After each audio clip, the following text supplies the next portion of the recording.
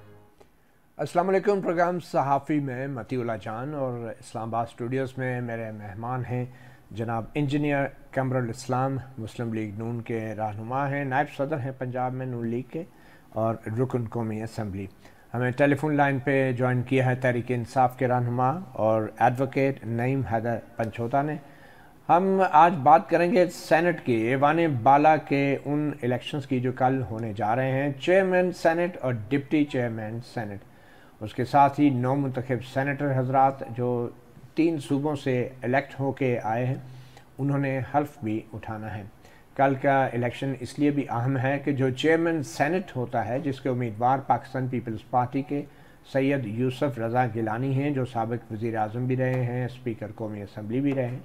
जो chairman senate होता है वो सदर मुमलिकत की गैर हाज़िरी में कायम मकाम सदर भी होता है, मुल्क का कायम मकाम सदर। तो यूँ पाकिस्तान पीपल्स पार्टी ने न सिर्फ ईवान सदर बल्कि ईवान बाला पर भी अपना कंट्रोल मुकम्मल कर लिया है। कल के इलेक्शन की ख़ास बात यह भी है कि तहरीक इंसाफ ने कल के चेयरमैन सेनेट और डिप्टी चेयरमैन सेनेट के इलेक्शंस का बायकॉट करने का ऐलान किया है। उसकी एक वजह यह है कि खैबर पख्तूनख्वा से जो सेनेटर्स इलेक्ट होने थे, तकरीबन 11 सेनेटर्स, उनकी इजाज़त इलेक्शन कमीशन ने नहीं दी, क्योंकि खैबर पख्तूनख्वा असम्बली ने उन मखसूस नशस्तों पर, जो खैबर पख्तूनख्वा असम्बली के स्पीकर हैं, उन्होंने उन मखसूस नशस्तों पर अरकान से हल्फ लेने से इनकार किया है कि जो मखसूस नशस्तें मुस्लिम लीग नून और दीगर जमातों में तकसीम की गई थी, क्योंकि तहरीक इंसाफ या सुन्नी इत्तेहाद कौंसिल जो है उसको बतौर एक सियासी जमात तस्वर नहीं किया था और पेशावर हाई कोर्ट ने उनको मखसूस नशस्तें नहीं दी थी।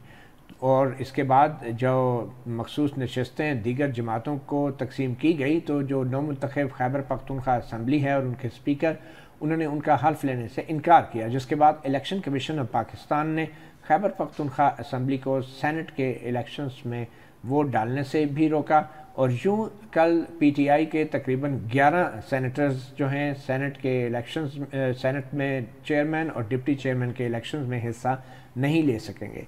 आज इस्लामाबाद हाई कोर्ट की तरफ से भी बड़ी अहम खबर आई है। पीटीआई की तरफ से इस्लामाबाद हाई कोर्ट से कहा गया था कि कल चेयरमैन सेनेट और डिप्टी चेयरमैन सेनेट के इलेक्शंस को रोका जाए, मगर चीफ जस्टिस आमर फारूक की अदालत में इस इस्तदा को बज़ाहिर मुस्तरद किया गया है और बज़ाहिर महज नोटिस जारी कर दिए गए हैं, जबकि कहा गया था कि इस चेयरमैन सेनेट और डिप्टी चेयरमैन सेनेट के इलेक्शंस को रोका जाए। हमारे साथ नईम हैदर पंचोता एडवोकेट मौजूद हैं। नईम हैदर साहब, इस्लामाबाद हाई कोर्ट में एग्जैक्टली मांगा क्या गया था आपकी तरफ से और हुक्म क्या आया है? बहुत शुक्रिया जी, बड़ी नवाजिश मतीउल्लाह जान साहब। देखें, बात यह है कि यहाँ पर मामला क्या था। मामला ये था कि जब सेनेट के इंतखाबात केपी की हद तक हुए नहीं है और जब तक इलेक्टोरल कॉलेज है वो मुकम्मल नहीं है, और हमने उस पिटीशन के अंदर यही इस्तदा की कि हमने सुप्रीम कोर्ट से रिज्यू किया हुआ है और वहाँ पर मामला हमारा ज़ेरे इल्तवा है और उसमें आइन की भी खिलाफ वर्जी है कि अगर इलेक्टोरल कॉलेज कंप्लीट नहीं होगा तो आप कैसे सेनेट के चेयरमैन या डिप्टी चेयरमैन सेनेट के इलेक्शन करवा सकते हैं। अगर थोड़ा सा बैक के ऊपर जाएं तो इसके अंदर अगर आप देखें तो आपको नजर आएगा कि जब प्राइम मिनिस्टर और जो है वो वहां पर इंतखाब होना था, उनकी जो सो कॉल्ड सिलेक्शन क्या होनी थी, तो उस वक्त हम ये कह रहे थे कि रिजर्व सीटों वाला मामला जो है पहले सॉल्व कर लिया जाए और उसके बाद जो है वो आगे बढ़ा जाए, लेकिन ऐसा नहीं किया गया। और केपीके के अंदर यही सूरत हाल देखने को मिली कि आज ये लोग कुछ और कह रहे हैं, हम कह रहे हैं कि सबसे पहले जो रिजर्व सीट वाला मामला है वो डिसाइड होना चाहिए। इसके ऊपर आइन बड़ा क्लियर है जो कहता है कि जिसकी सीटें होंगी उसको मिलेंगी। जो दूसरी जमात है, फॉर एग्जाम्पल अगर हमारा हक नहीं बनता तो किसी और जमात का हक कैसे बन सकता है कि उनको सीटें जो है वो दे दी जाए और उन्हें कहा जाए कि आपकी जो सीटें हैं उन सीटों के तनासब से ज्यादा 4 गुना 5 गुना ज्यादा आपको सीटें जो है वो दी जा रही हैं। तो ये बिल्कुल आइन की खिलाफवर्जी थी। इस हवाले से हमने इस्लामाबाद हाई कोर्ट से रिज्यू किया कि क्योंकि ये मामला जो है सुप्रीम कोर्ट में पेंडिंग है, तो इस इलेक्शन को हुआ क्या, हाई कोर्ट ने कहा क्या? उसमें हुआ ये है कि जो फरीकैन थे उनको नोटिस जारी हुए हैं और अभी तक क्योंकि मामला जो तो कल इलेक्शंस हो रहे हैं चेयरमैन सेनेट के और डिप्टी चेयरमैन के। देखिए वो अगर करेंगे तो उन्हें पहले सबसे देखना होगा कि आइन की रूह से क्या वो इजाजत देता है कि इलेक्टोरल। बहरहाल अब अगर इलेक्शंस होते हैं तो क्या पीटीआई बाइकआउट करने जा रही है? देखिए डेफिनेटली फिर अगर वहां पर आइन जो है वो उसकी खिलाफवर्जी जो है वो की जाएगी तो हम उसका कैसे हिस्सा बन सकते हैं और बिल्कुल उसमें शामिल। बहरहाल ये आइन की खिलाफवर्जी का मामला तो नहीं है, चूंकि आपका अपना कोई उम्मीदवार है नहीं, ना ही आपके किसी इत्तेहादी का उम्मीदवार है, तो बॉयकॉट करने के अलावा अब आपके पास तो कोई चारा भी नहीं था। अब आपने नून लीग या पीपल पार्टी के अहदेदारों को तो वोट देने नहीं थे। नहीं देखें, बात ये नहीं है कि उम्मीदवार नहीं, उम्मीदवार खड़ा किया जा सकता है, लेकिन सबसे पहले देखना ये होगा कि क्या वो इलेक्टोरल कॉलेज जो है वो कंप्लीट है, और अगर किसी एक सूबे की नुमाइंदगी नहीं है ठीक है, तो उस सूबे की नुमाइंदगी को ये बात आपने कर दी है, खास करके किस तरफ लेकर जाना चाहते ये बात आपने कर दी है। हमारे साथ इंजीनियर कमरुल इस्लाम साहब भी मौजूद हैं, मुस्लिम लीग नून से इनका ताल्लुक है। इंजीनियर साहब, क्या ये इंजीनियरिंग नहीं है? बिल्कुल, ये तिब तो हो सकती है, इंजीनियरिंग बिल्कुल नहीं है। उसकी वजह है, उसकी वजह यह है कि पहले आप देखें कि आइन या कानून क्या कहता है रिगार्डिंग पेंडिंग किसी अपील के, यानी जब एक फ़ैसला आ गया पेशावर हाई कोर्ट का और उसके बाद क्या इस तोजी पे किसी प्रोसेस को रोका जा सकता है कि हमने अपील की हुई है, यानी पहली तो बात ये होगी। और उस अपील की हुई की बुनियाद पे अगर तो सुप्रीम कोर्ट स्टे दे देती, सुप्रीम कोर्ट उस पेशावर हाई कोर्ट के फैसले को रिवर्स कर देती तो फिर तो ठीक था। तो फिर आइन की खिलाफ वर्जी कहाँ पे हुई? जहाँ पे स्पीकर ने उस इलेक्शन प्रोसेस को और असम्बली का इजलास बुलाने से इनकार किया।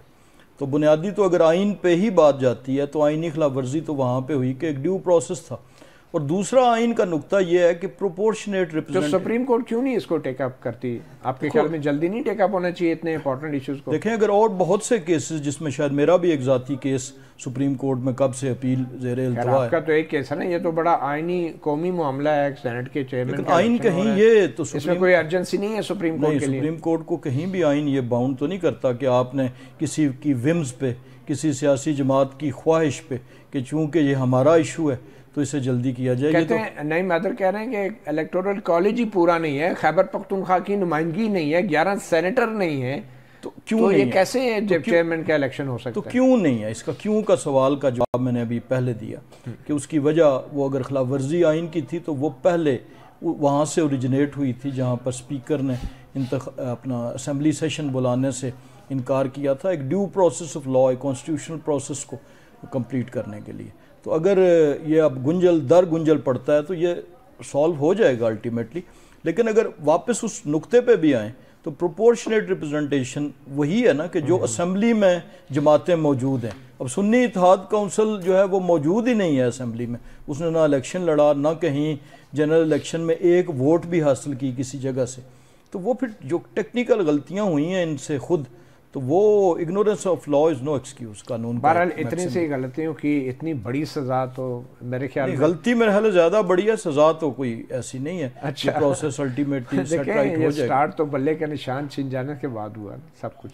तो बल्ले का निशान भी तो इंतखाबात ना कराने से नहीं मैदर साहब कि ये जो बल्ले के निशान के हवाले से आपके दोबारा इंटर पार्टी इलेक्शन भी हो गए हैं, तो अब जो है क्या पीटीआई सेनेट के इलेक्शंस में बतौर पीटीआई हिस्सा ले रही थी जो पंजाब से आपके सेनेटर इलेक्ट हुए? देखिए, जो हमारे इंटर पार्टी इलेक्शंस हुए हैं उसके मुताबिक जो इलेक्शन कमीशन का काम था वो ये था कि उसके ऊपर जो है सर्टिफिकेट जो है अपलोड किया जाता, लेकिन ऐसा नहीं किया गया। हमें बल्ले का निशान इस वक्त तक नहीं अलॉट किया गया। इस हवाले से हमने 3 दफा रजू किया। एक दफा रजू किया, उन्होंने कहा जी आपके कुछ डॉक्यूमेंट्स मिस हैं, हमने दोबारा जाकर दिए। फिर हमने एप्लीकेशन दी, फिर उन्होंने कहा जी कुछ आपकी फाइल मिस हैं, फिर हमने पूरी कर दी। तीसरी दफा अब दोबारा जाकर हमने रिव्यू किया है और जाकर यही कहा कि मेहरबानी फरमा दी जाए। ये दरमियान में कहा गया कि चीफ इलेक्शन कमिश्नर जो है वो मुल्क से बाहर हैं, लेकिन अभी तक जो है उसके ऊपर मामला जो है वो स्टिल पेंडिंग है। तो ऐसी सूरत हाल के अंदर अब हमें तो कोई निशान अलॉट नहीं हुआ, तो फिलहाल जो है वो सुन्नी इत्तेहाद कौंसिल वाला ही जो है इस वक्त जो है स्टेटस है। और दूसरी बात ये रह गई, जो दरखास्तों के हवाले से बात की जा रही थी, सिर्फ एक दरखास्त एक मेरी एक जाती शख्स की तो हो सकती है, लेकिन ये कौमी मसला है। यहाँ पर जो आईनी बहरान आया हुआ है, यहाँ पर जो सूरत हाल है कि सुप्रीम कोर्ट के अंदर या हाई कोर्ट के अंदर मुख्तलिफ हमारी दरखास्तें, सिर्फ यही नहीं, इसके अलावा अगर धांधली की दरखास्तें देखें वो भी स्टिल पेंडिंग है। सिविलियन का मिलिट्री ट्रायल जो हो रहा है वो पेंडिंग है। खान साहब की डिस्क्वालिफिकेशन वाला मामला जो है वो सुप्रीम कोर्ट में पेंडिंग है। और उसके साथ साथ आप दीगर, ठीक है, आप ये बात पहले कर चुके हैं नईम हैदर साहब। ये बताएं कि पीटीआई के 19 सेनेटर ऑलरेडी मौजूद हैं और वो पीटीआई के सेनेटर हैं, सुन्नी इत्तेहाद काउंसिल के नहीं है, ये बात दुरुस्त है? और आपकी पार्टी सेनेट के अंदर मौजूद है? बिल्कुल जी, सेनेट के अंदर जो है, जो उसके बाद एक तो पहले वाले जो थे, जो अभी जिनका टेन्योर खत्म हुआ, जिसमें फैसल जावेद भी आते हैं और बाकी मिर्जा अफरीदी साहब। तो ये जो आपके आज़ाद अरकान 1-2 अभी आए हैं शायद हालिया इंतखाब में, तो क्या ये अब बाकायदा पीटीआई को ज्वाइन करने का ऐलान करेंगे या क्या स्टेटस है उन आज़ाद, वो आज़ाद ही रहेंगे? देखिए, ये एक बड़ी गैर यकीनी सूरत हाल उस वक्त जब टिकट हमने जारी करने थे उस वक्त भी बनाई गई, और ऐन मौके पर उस रात को आपने देखा कि हमें पता चला कि हमसे बल्ले का निशान छीन लिया गया है। अब ये मसला हमारे लिए जो जनरल जो ये दोबारा इलेक्शन हो रहे हैं, जिमनी इलेक्शन हो रहे हैं, इनके अंदर भी आ रहा है, क्योंकि जब तक हमें निशान नहीं अलॉट किया जाएगा और ये हमारे लिए प्रॉब्लम रहेगा। इस वक्त की जो सूरत हाल है वो डेफिनेटली जो है, ठीक है। कमरुल इस्लाम साहब, देखें अब ज़िमनी इलेक्शन आ रहे हैं, तकरीबन 16 कौमी असम्बली और सूबाई असम्बलियों के हल्के हैं जिनमें ये ज़िमनी इलेक्शंस हो रहे हैं जी। तो आपका नहीं ख्याल बनता कि अब तो इलेक्शन कमीशन को इनके इंट्रा पार्टी इलेक्शंस का सर्टिफिकेट जारी करके इनको बल्ले का निशान मिल जाना चाहिए? आप क्या समझते हैं? देखिए, ये तो केस फाइल देख के मैं फैसला कर पाऊंगा कि मिल जाना चाहिए। असूली तौर पे सियासतदान भी तो आपकी कोई राय होगी ना, मतलब आप सिर्फ नून लीग के तो नहीं, एक सियासी लीडर भी तो है ना। बिल्कुल। तो आपकी सियासी सोच नजरिया क्या है? सियासी सोच नजरिया ये है कि हर सियासी जमात को अपना उसका हक मिलना चाहिए, बशर्ते कि उसके जो जिम्मेदारियां आयद होती हैं कानून की रो से, इलेक्शन रूल्स की रो से, वो उन्हें पूरा करे और उसी तरीके से पूरा करे। मैं एक बिजली का कनेक्शन लेने जाता हूँ या गैस का, और मैं रजिस्ट्री साथ नहीं लगाता, और जो रजिस्ट्री लगाता हूँ वो ऑथेंटिक नहीं होती या वो किसी और की होती है, और मैं अप्लाई किसी और के नाम पे कर रहा हूँ, यानी मलकियत किसी और की या मीटर में किसी और का कर रहा हूँ, तो अब उसको कहना कि ये यूं होना चाहिए था और ये बड़ी हकतलफी होगी कि वो घर बिजली के बगैर बैठा हुआ है या गैस के बगैर बैठा हुआ है, तो लॉजिक में और कानून की रोशनी में। क्योंकि आप आईएसको के चेयरमैन भी रहे इस्लामाबाद इलेक्ट्रिक सप्लाई कॉर्पोरेशन के, तो आपके लिए शायद ये मिसाल देना आसान है। मैं सुई गैस की दे मगर सुई गैस की भी दे सकते हैं आप, लेकिन ये बिलों के और गैस या बिजली के कनेक्शन का मेरे ख्याल में सियासी जमातों और एक सियासी अमल से मुआवजा करना नहीं, मैं उस ज़ाब्ते की बात कर रहा हूँ, उस कानून की बात कर रहा हूँ, लेकिन जिस पे अमल आईनी भी तो है ना, एक आईनी मामला भी तो है ना। आर्टिकल 17 भी है, बुनियादी हकूक हैं, आज़ादियाँ हैं, वोटरों के हकूक हैं, जमहूरियत है, पार्लिमानी निज़ाम है, सब कुछ। सिर्फ बिजली के कनेक्शन की बात तो नहीं है। बिल्कुल सब कुछ है, सब आईनी हकूक भी हैं, सियासी हकूक भी हैं, सियासी जमात बनाने का हक बुनियादी हकूक में है, लेकिन वो कब है जब उस के दिए हुए जो ज़ाब्ता अखलाक है उस पर अमल। चलें, सियासी जमात बनाने का हक बुनियादी हकूक है और उसका बिजली के कनेक्शन से नहीं कोई ताल्लुक, लेकिन वो तो मैंने मिसाल आपको। लेकिन आज तो शायद खान अब्बासी साहब ने भी नई सियासी जमात बनाने का कोई एप्लीकेशन फॉर्म ले लिया है। अब मालूम नहीं सियासी जमातें, अब ये वक्त आ गया कि इस तरह बनती हैं कि इलेक्शन कमीशन से फॉर्म लेके आप सियासी जमात बनाते हैं। नहीं, वो पूरी तो करेंगे, एक तारीख है हमारी, वो भी कमरुल इस्लाम साहब से बात करेंगे एक छोटी सी ब्रेक के बाद। Welcome back. सहाफ़ी प्रोग्राम में हमें ज्वाइन किया है साबिक़ सेनेटर बहरामन तंगी ने, जो पाकिस्तान पीपल्स पार्टी से जिनका ताल्लुक़ था और आखिरी दिनों में राहें जुदा कर ली। बहरामन तंगी साहब, बहुत शुक्रिया।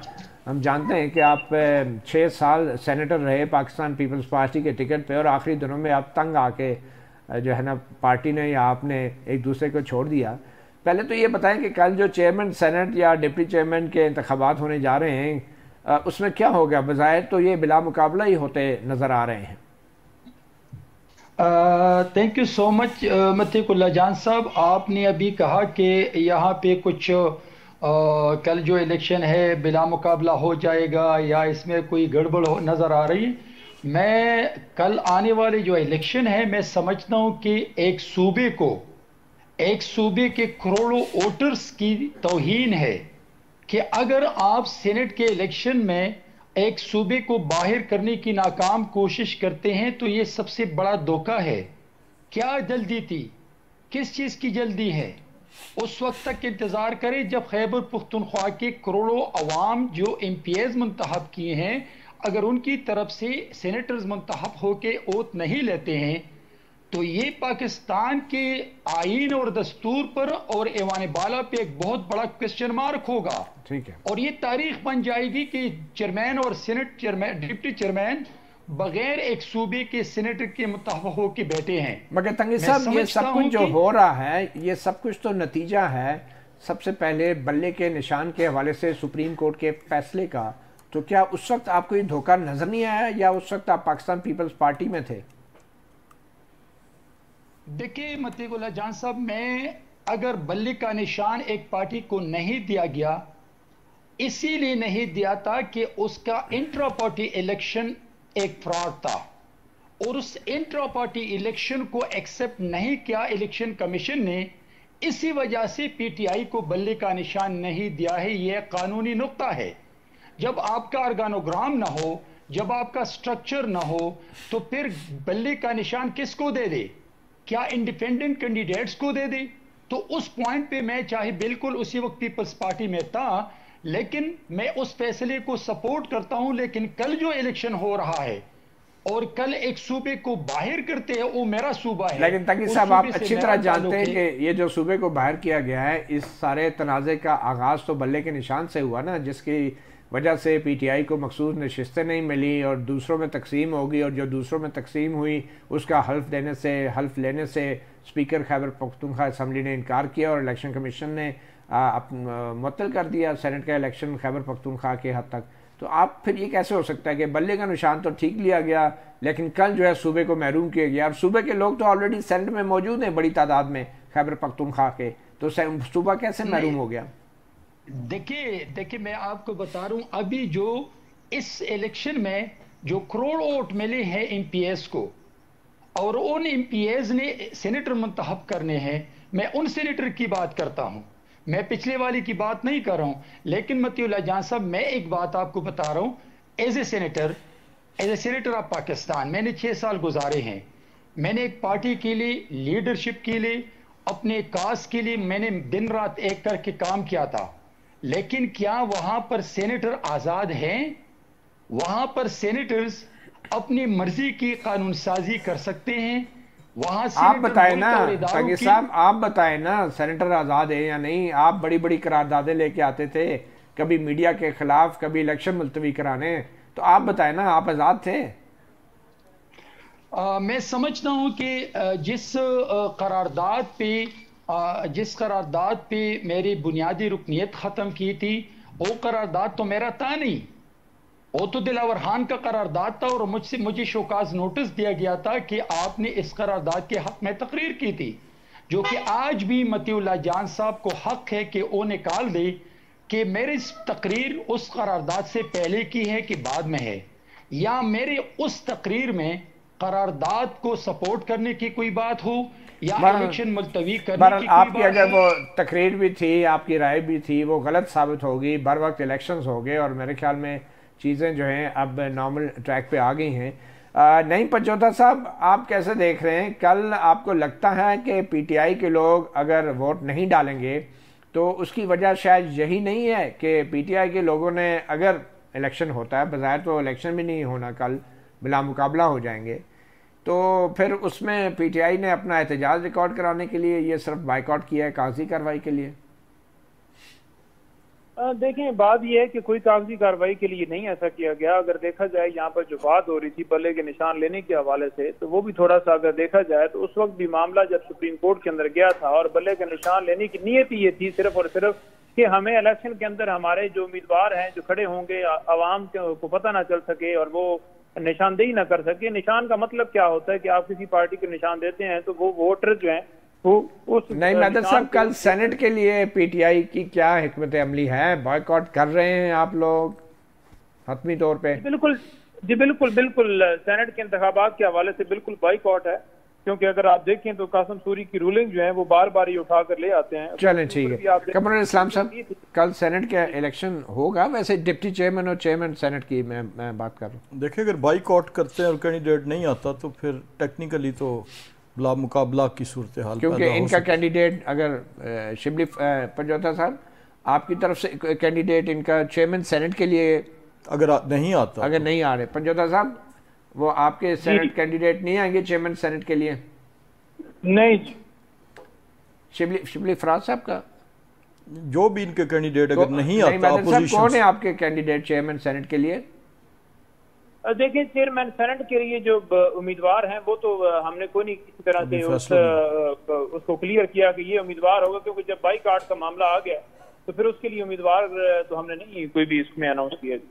अच्छा चलें, कमरुल इस्लाम साहब, कल अगर लेट से आ जाते हैं पीटीआई के चेयरमैन और इलेक्शंस हो जाते हैं, तो आपके ख्याल में ये फैसल वाडा साहब और मोहसिन नकवी जो हैं ये किसको वोट देंगे? जो आपके वोटों से मुंतखब हुए हैं, आपसे पीपल पार्टी ने फैसल वाडा साहब और मोहसिन नकवी को सेनेटर मुंतखब कराया ना, ज़ाहिर है उन्हीं ये भी अब आपके लीडरान में से शामिल, उन्हीं जमातों के कैंडिडेट को वोट देंगे। अच्छा। कि जिन जमातों ने उनको मुंतखब किया या वोट दिए हैं और वो हुकूमती इत्तेहाद है।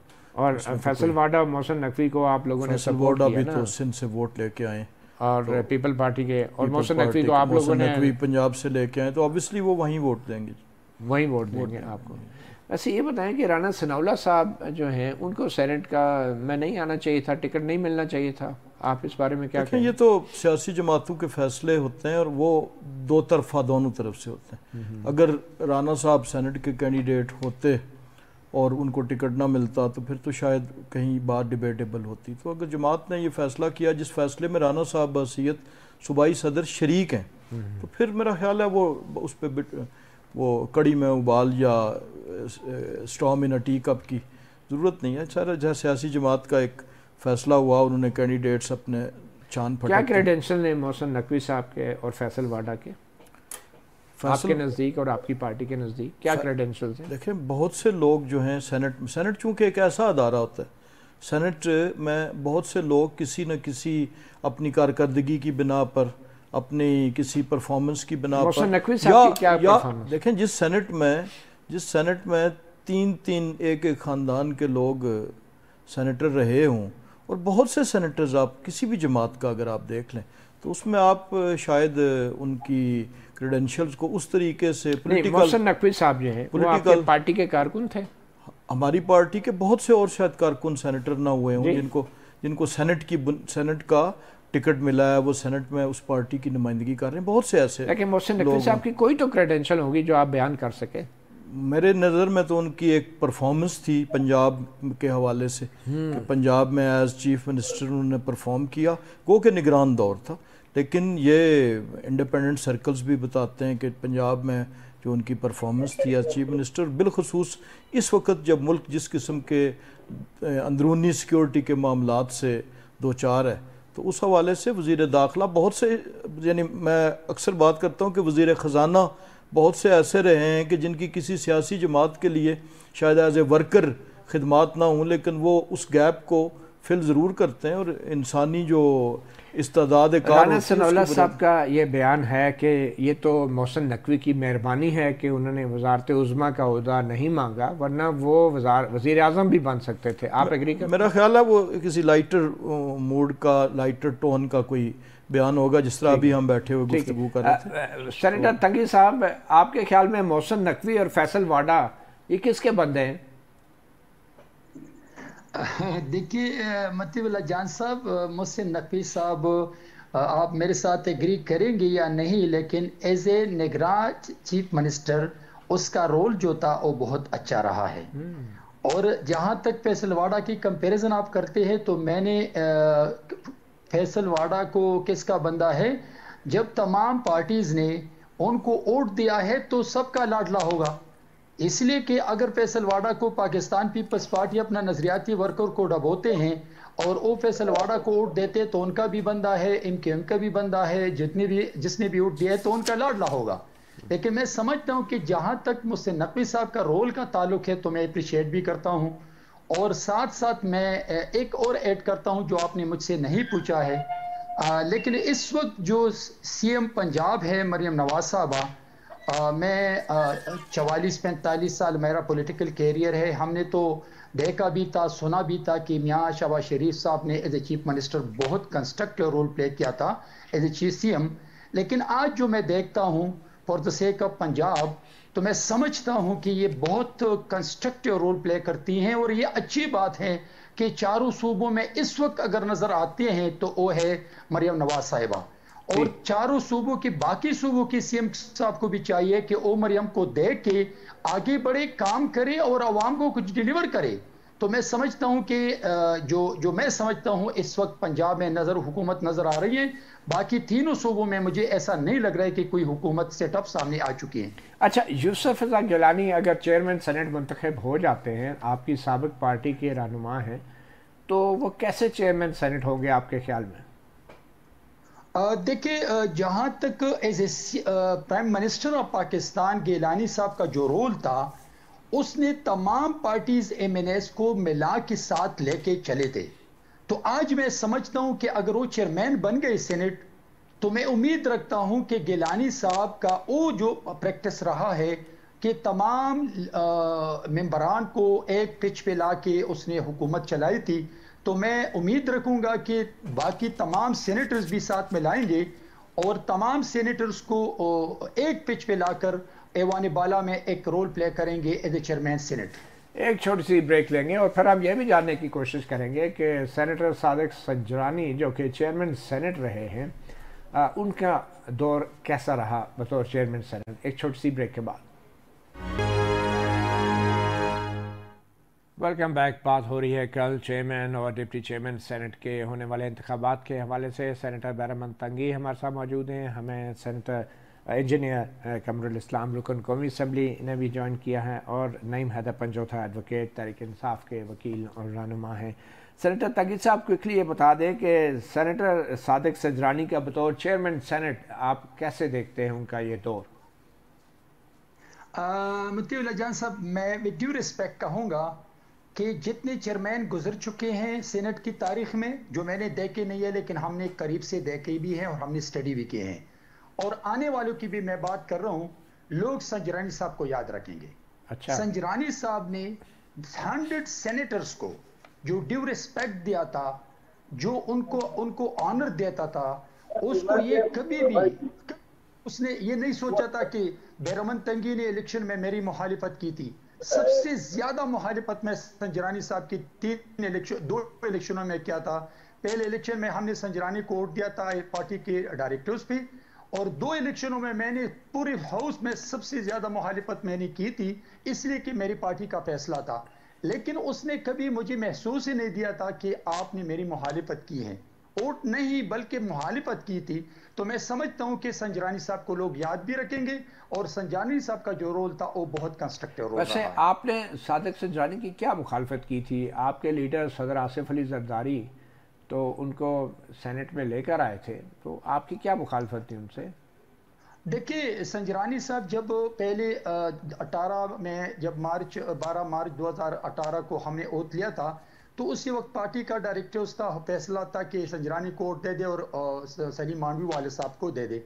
लेकिन जो बाकी नो कॉन्फिडेंस मोशन आया था अगेंस्ट द संजरानी साहब, और फिर गिलानी साहब के मुकाबले में जो खड़ा था, तो इन 2 इलेक्शनों में जाहिर बात है कि जब मेरी पार्टी का गिलानी साहब खड़े थे उसके मुकाबले में, या पार्टी के इत्तेहादी जमातों का बेजिंजो साहब खड़े थे उनके मुकाबले में, तो पार्टी का हुक्म मानना और पार्टी का फैसला मानना ये तमाम सेनेटर्स का एक अखलाकी और सियासी फर्ज होता है। बेजिंजो साहब की बात याद है ना, जो उन्होंने एक सहाफ़ी को सवाल के जवाब में बताई थी कि ये किसका इलेक्शन था और किसने जितवाया, वो आपको याद है? उसने कहा जनरल फैज का। जी, जनरल फैज का। जी। उसने कहा था कि तो आप उनके दौर को अभी भी कहते हैं बड़ा तारीखी दौर है और संजरानी साहब को बड़ा याद रखा जाएगा, अभी भी आप नहीं समझते? माशाल्लाह।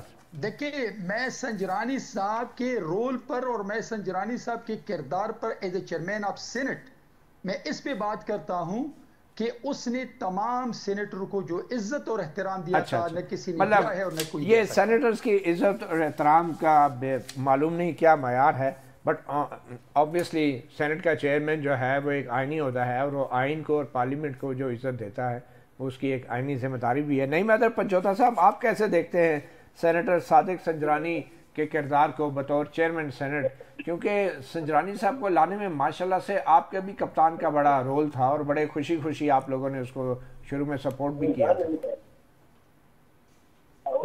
देखिए बात यह है कि ओवरऑल अगर देखा जाए तो जो सारा मामला चेयरमैन सेनेट जो है वो सादिक संजरानी साहब की बात की जाए या ओवरऑल हर बंदे की वहाँ बात की जाए तो सारे माहौल के अंदर उस तरह से जो सेनेट ने रोल अदा नहीं किया। आज अगर देखा जाए तो फिर अगर कुछ स्पीचेस हो रही हैं, हमारे सेनेटर जो रूपोश थे जो अगवा और इन चीजों कर साइड पर थे, वो आकर अगर स्टेटमेंट्स दे रहे हैं फंडामेंटल राइट्स के हवाले से, ये मुल्क के अंदर जुल्म जबर हो रहा है उसके ऊपर दे रहे हैं, तो वो एक अलग मामला है। लेकिन ओवरऑल सेनेट जो है उसने अपना कोई रोल कोई किरदार नहीं अदा किया और यही सूरत हाल देखने में मिली है जहाँ पर आइन की खिलाफ वर्जी हो रही हो, बुनियादी इंसानी हकूक की खिलाफ वर्जियाँ हो रही हो, तो फिर मुल्क जो है वो आगे नहीं बढ़ सकता। आज फिर 5 रुपए पेट्रोल जो है वो बढ़ गया है और ये जो बढ़ती आए रोज महंगाई है, ये गरीब जो है वो पिसता जा रहा है। चलें ठीक है, अब ये सेनेट के चेयरमैन के हवाले से बात हो रही है तो कमर इस्लाम साहब, आप सादिक संजानी साहब को किन अल्फाज में याद रखना चाहेंगे बतौर चेयरमैन सेनेट? देखें, जो जितना एक पार्लिमानी तारीख का मुझे इल्म है, if I am not wrong, कहीं भूल ना गया हूँ, तो हम इस गुनाह में शरीक नहीं थे। ये गुनाह तो आपके अगेंस्ट हो रहा था ना जी, तो इसलिए हम उसमें शरीक नहीं थे और मैं चूँकि सेनेट का मेंबर नहीं था तो मुझे नहीं पता। आपसे सिर्फ एक गुनाह सरजद हुआ आपके लीडर से और आपसे, वो एक्सटेंशन वाला, बाकी किसी गुनाह में आप शरीक नहीं? पार्शली जो जुज़वी तौर पर। लेकिन यह है कि संजरानी साहब का हमने जो पढ़ा वो एक चेयरमैन सेनेट के लिए उन्होंने बाकियों की इज्जत की हो या ना की हो, लेकिन वो जो हमने प्रेस में पढ़ा था कि जिस किस्म की मरात साबिक चेयरमैन सेनेट के लिए वो छोड़ के गए, वो मेरा ख्याल है कि कहीं भी किसी लम्हे भी तारीख में सुनहरे हरूफ से कभी नहीं लिखी जाएंगी। तो अगर वो अप्रूव हुई थी तो अब तो आप अंडू कर देंगे ना, क्योंकि अब आपका उम्मीदवार चेयरमैन आ रहा है यूसुफ ज़गरानी, वो तो ख़त्म कर देंगे सारी बात। जब इंशाल्लाह हमारी जमात का आएगा तो इंशाल्लाह शायद हम। अच्छा ये बताएं कि जहाँ मोहसिन नकवी साहब को इतना एडजस्ट किया, फैसल वाडा साहब को किया, तो साबिक निगरान वज़ीर-ए-आज़म अनवारुल्लाह काकड़ साहब के लिए भी कोई अरेंजमेंट कर सकती है नून लीग या कर रही है? पहले किसी ने अरेंजमेंट किया है किसी जमात ने और उनको सेनेट में तो ले आए हैं। तो आप लोगों ने कोई किसी सूबे से, हुकूमत तो आप लोगों की है ना, तो अगर कैंडिडेट वो कहीं आते तो फिर हम भी सोचते, लेकिन मेरा ख्याल है कल अगर वो गिलानी साहब के मुकाबले में आते हैं तो फिर चांस है उनका आने का। नहीं, मैं वैसे बात कर रहा हूँ तो फिर शायद हम सोचेंगे, वरना खबर दे रहे हैं वरना अजम्पशंस की बुनियाद अगर वो कल आ जाते हैं, अगर वोटिंग भी खुफिया होती है फिर आपका क्या बनेगा? अगर वो आते हैं तो फिर हम सोचेंगे, जाहिर है एज ए पार्टी भी शायद सोचें, लेकिन जाहिर है जिस चीज़ का यानी जो अजम्पशंस पे प्योर कि अगर ये हो तो वो चूंकि कैंडिडेट नहीं है कि आपके ख्याल में अनवरुल्लाह काकड़ साहब एक सीरियस कैंडिडेट हो सकते हैं चेयरमैन सेनेट? नहीं हो सकते थे अगर सियासी जमातें फैसला करती, क़यादत करती तो। अच्छा। तो वो चूंकि गिलानी साहब का फैसला जो आज की इतला है उसके मुताबिक हुआ है तो फिर शायद। अब आखिर में ये बता दें कि आपका मोराल कैसा है और आपकी पार्टी का? हमारा मोराल माशाल्लाह बहुत अच्छा है जी। मैं मोराल के बारे में आपको एक बात भी सुनाता हूँ। लेकिन इस वक्त जब सऊदी अरब का दौरा हुआ, जब इस वक्त स्टॉक एक्सचेंज आसमान की बुलंदियों को तारीख़ी तौर पर छू रही है, इस वक्त अभी कल एक मुल्क ने पाकिस्तान को उस थ्रेट जोन से निकाला है। पाकिस्तान का internal rate of return business का जो है ये स्कैंडिनेवियन को कंट्री थी, डेनमार्क शायद, बहरहाल मुझे नाम याद नहीं है।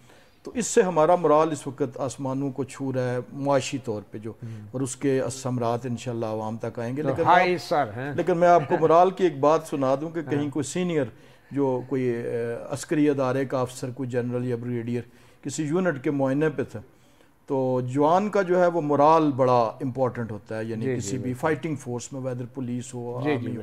तो उन्होंने किसी जवान से पूछा जस्ट एज एन आर्गूमेंट कि जवान मोराल कैसा है, तो आप फौजी तरीक़ाकार से वाकिफ़ हैं। तो वो शन हुआ, उसने एड़ियाँ उठाई और उसने बावाज़ बुलंद कहा, सर मोराल बुलंद है। अच्छा। तो उन्होंने पूछा भाई क्यों बुलंद है? अब ये सवाल गैर मुतवक्को था। तो उसने कहा सर हुक्म मिला है। तो लिहाजा हमारा मोराल अल्लाह के फजल से दौरा सऊदिया के बाद ज्यादा मोराल भी हुक्म के साथ ऊपर या नीचे जाता है। जाहिर है हमारे लीडर सऊदिया गए और वहाँ पर सऊदी अरब से अच्छे सिग्नल आए और उसकी वजह से हमारा मोराल। जाहिर बात है जो हुक्म देने वाला हाई मोराल, तो वो उसका अपना मोराल भी ऊंचा होगा। पार्टी लीडर इस वक्त हमारे प्राइम मिनिस्टर जो है वो हाई मोराल के तहत पूरी मेहनत कर रहे हैं और इंशाल्लाह उसके समरात जो हैं वो। प्राइम मिनिस्टर का मोराल तो कभी डाउन हो ही नहीं सकता, होने दिया जाता है, होना भी नहीं चाहिए, ना उनको होने की इजाजत, होना भी नहीं चाहिए क्योंकि वो लीडर हैं। बहरहाल जी हमारा मोराल भी बड़ा हाई है जी, हाई सर। साहबी प्रोग्राम से इतने ही इजाजत दीजिए, अल्लाह हाफिज़।